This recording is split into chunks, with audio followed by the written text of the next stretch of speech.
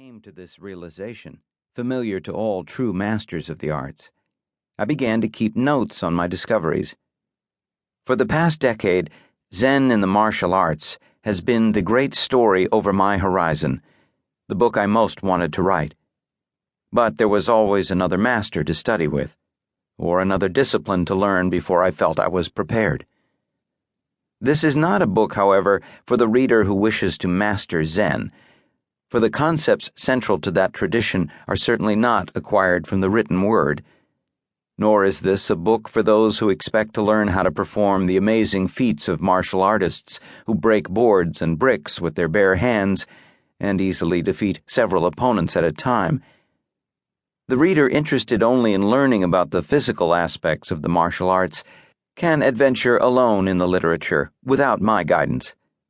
Instead, this is a book from which readers may learn to apply the principles of Zen, as reflected in the martial arts, to their lives, and thus open up a potential source of inner strength they may never have dreamt they possessed.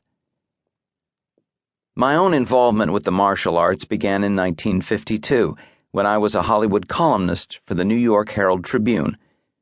I was sedentary, overweight, restless, easily bored, and constantly seeking new adventures. I had no clear awareness of who I was, or where my life or my career was going. To make matters worse, I was anxious, intimidated by authority, insecure, and hostile to compensate for my insecurity. Every day I interviewed film stars, many of whom were younger than I. Because I often resented their success, my interview technique was to needle them until they responded with something quotable. One day, Bronislaw Kaper, the Academy Award-winning film composer, recognized my technique for exactly what it was and suggested I study karate. The exercise might help you slim down and allow you to work off some of your hostilities, he suggested. At that time, karate was new on the Hollywood scene and was viewed merely as an exotic Asian way of fighting. Such concepts as consciousness raising, taking control of one's life, and heightened self-awareness were as yet unheard of. Only recently have we come to understand the relationship between sports and personal or spiritual growth.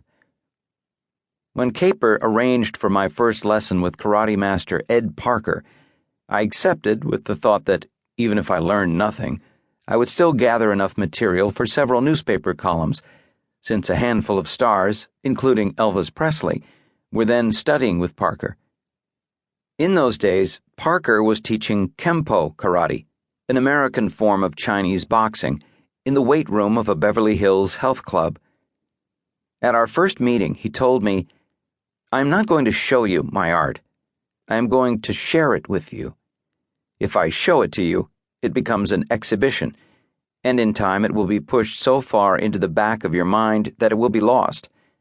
But by sharing it with you, you will not only retain it forever, but I too will improve."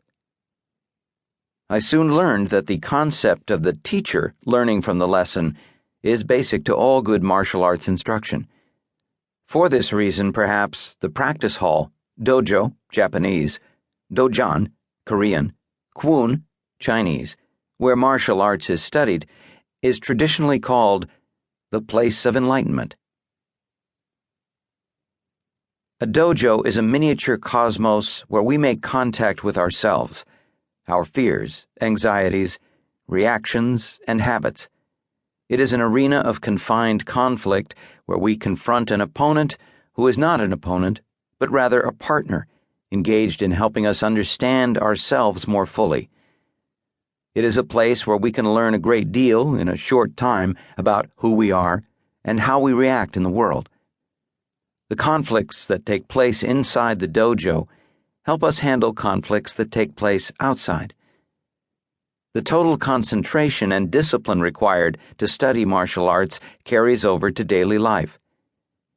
The activity in the dojo calls on us to constantly attempt new things, so it is also a source of learning. In Zen terminology, a source of self-enlightenment. There is a Buddhist saying that any place can be a dojo.